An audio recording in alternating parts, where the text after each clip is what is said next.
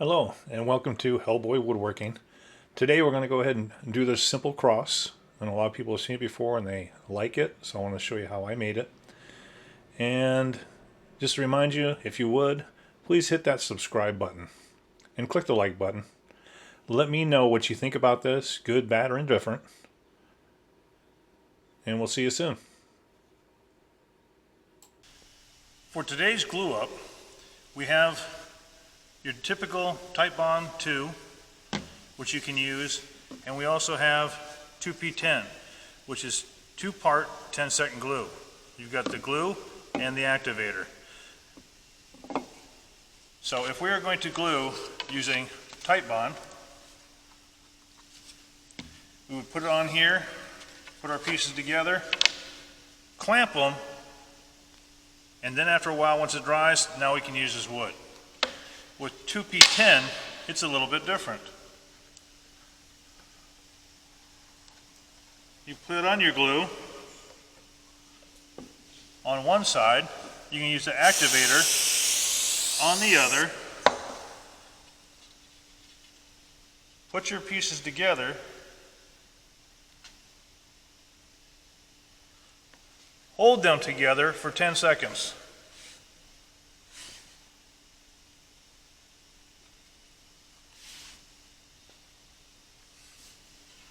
They're now glued. Now the thing with 2P10, depending on the type you get, this is thick, so I've got a few extra seconds when I use the activator here to barely move it around. I mean like within a second or a second and a half. If you're using the thin will go through the wood quicker, so with the activator, say if you need to break these pieces apart, it will not break at the glue, it'll break the wood because it sinks into the wood itself. But again, just another idea for you. This build-up today is going to be made with 2P10 only, so you can see how fast it works. Okay, then I went ahead and get my pieces are about 3 foot in length. I have the Purple Heart, which is like 1.5 inches thick because I want to make sure it's prouder than the other ones. But again, they're all 3.5 feet, but then the other ones I cut at 1/8 of an inch thick. And here I'm just trying to find my design of how I want this all to go together and the look that out of the wood that I have, how it's going to look.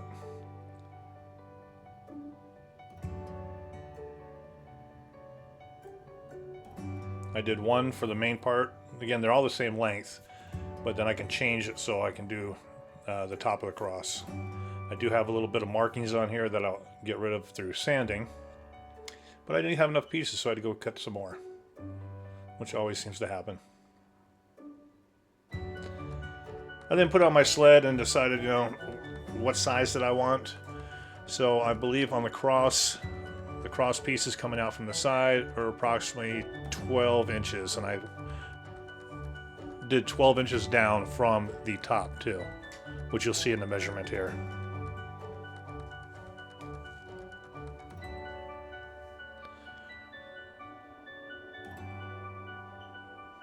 And those will be the only ones that are attached directly using the 2P10, because the others, as you will see, will have a chamfer on them. And then what I did too, because right now at first I made them so they were all the same width, but then I decided to take 1/8 off of each one as I put it on so it would draw down, keeping the Purple Heart proud and everything else just stair-stepping down from the Purple Heart. Just dry fitting right now and getting all my pieces together.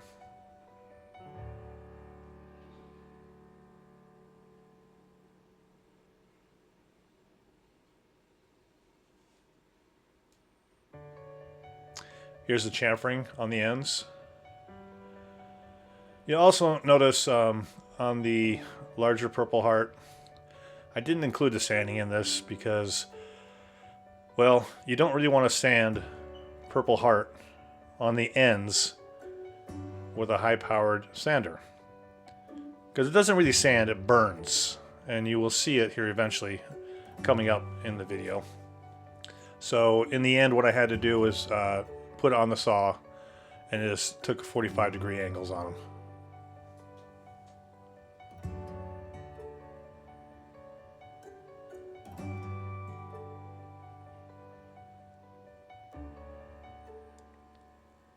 As you probably already know, when you're making up a sled for a 45-degree corner, or 90-degree corner, excuse me, it may not be perfect. It'll still be 90, but you may have a 44-degree and a 46-degree. That's still good because it still equals 90.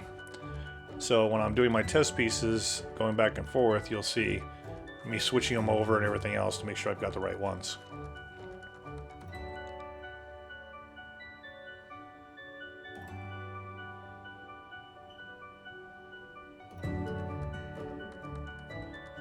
And as you can see, I've got this sped up 4 times the speed, but it connects right away. I had to knock the cross off because a little bit got on the table, and just had to make sure it wasn't connecting. So you can see the ends of the cross where they are burned. And again, I went back later to make sure that I just did the cuts 45, so I had a point on each one.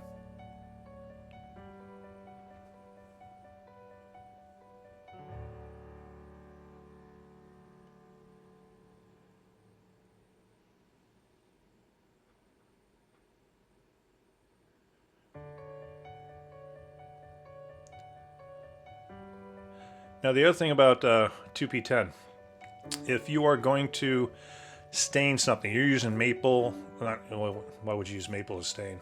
But say if you're using poplar and you want to stain it dark or just any other color than what the poplar comes in, I would suggest you stain it first and then put it together, because if the 2P10 glue gets on the wood, you will not be able to sand that area. Especially if you're using thin, because it's going to go into the wood, and by the time you get enough sand out of it, if you use the applicator, it's going to go into that wood, and you might as well just get a new piece of wood. But stain it first, and then put it together, then you can clear coat it, or whatever else you want to do at the end. But in this case, I'm not staining anything. It'll be a clear coat in the end, which you'll see.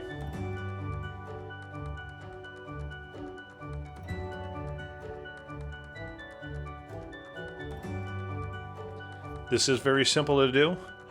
This whole thing actually took me 1 hour to make.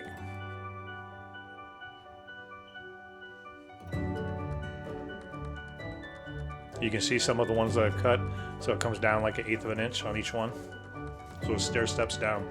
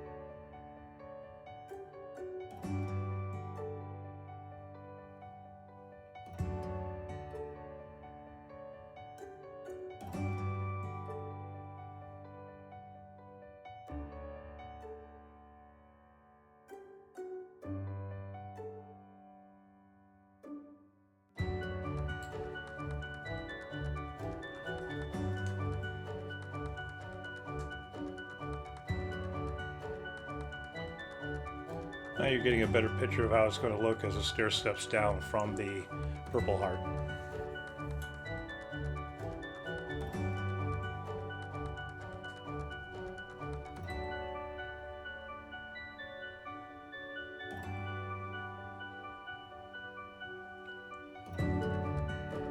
I did have one issue with it, that the when I placed the wood, someone went a little too quick, and they were down a little bit more from the backside, which was easily to take care of because of a sander.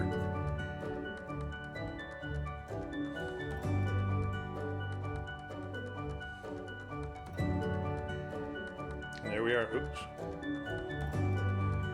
Yeah, so that piece came off because I didn't put enough in the corners. So once that actually went back on, a little extra spray with the applicator, and it was good to go. And there it is. Now the marks that are on there will come off. Not an issue.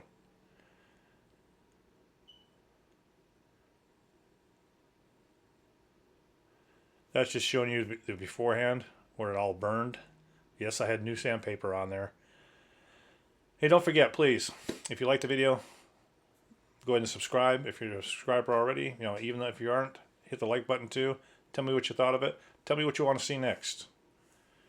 We'll see you next time on this journey.